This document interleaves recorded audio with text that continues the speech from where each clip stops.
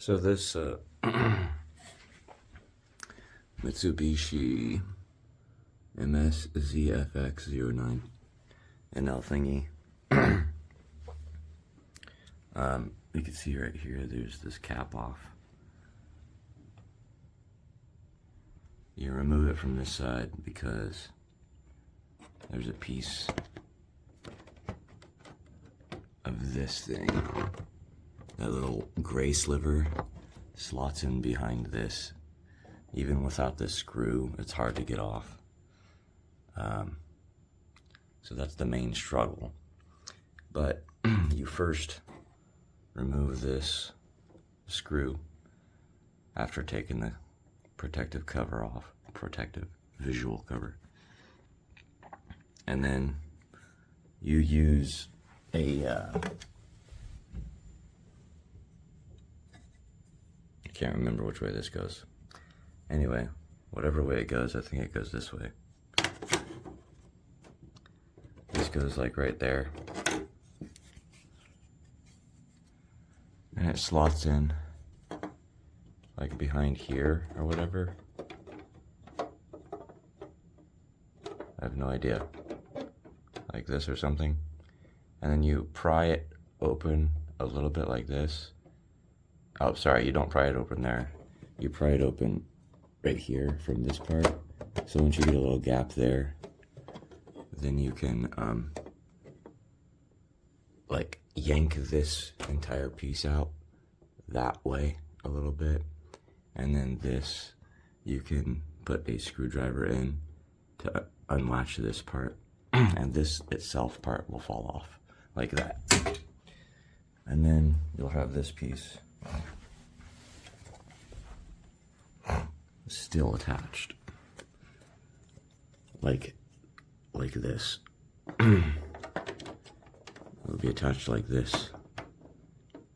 And to remove it, you pull again this part away a little bit, and then you just yank on it, and it comes down. It might scratch your wall, so be careful.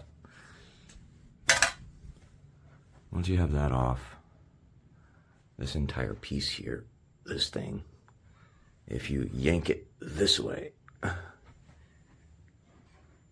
you'll notice that it gets stuck here, but you just keep yanking it, maybe damage it a little bit just so that you can squeeze it out from behind this thing.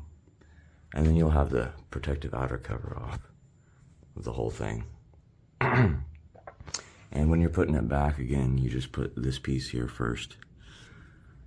And then you put the bottom piece in, probably, I don't know. So that's what I have right now. All right, so you can see it's not wanting to come off. Even though I yanked it this way, it's hanging from this point. Yeah, I just ended up snapping it off because it's easier. And lucky for me, there's still a little bit of a lip here. So when I go to put it back on, it will still stay there a little bit when all the screws are in and everything. So good luck with that. I'm gonna notice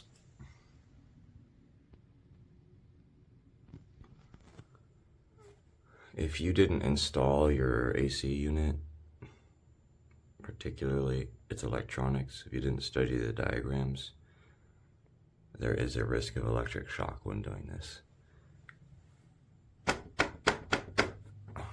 That might shock you. Keep that in mind. So without removing this screw, which is the main wiring to the circuit board, exposing the hot wire. There are hot wires on the board, but the main parts, the scary is in here. You don't need to remove this. This whole thing just slides out. All right. Now you have your circuit board, and then you'll plug in the ESP8266 into the CN105 spot, and you'll put it in a little plastic bag because it's just receiving signal and communicating communicating over Wi-Fi, which it can get through a plastic bag. And then you'll just stuff it in here. And then you'll close it back up and put everything back together. What I ended up doing is cutting a piece of plastic and just putting it around the ESP8266 and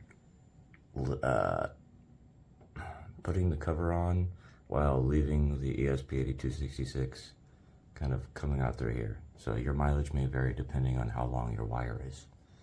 Probably be better to have it a little bit longer like I have it, because there's actually less space than you think in here. And I didn't want to put it in that upper part because it looked like there were more zappy things up there. I think this is probably good. It's pretty flush, so I should be able to just put the whole cover back on over all of that. And as you can see, it's on because it's the daemon on my computer is controlling it now. Alright, I got the cover back on. It's not screwed in or anything. These parts aren't put on, but I'll screw in these screws. That one is, you just need to put the cover back on. The screw is useless. And then it should be set. Should be ready to use and pretty. I did my best. It's kind of gapped there. That could be improved. So I guess you want to make sure you have this set right when you attach this piece. Anyway, it's pretty much right.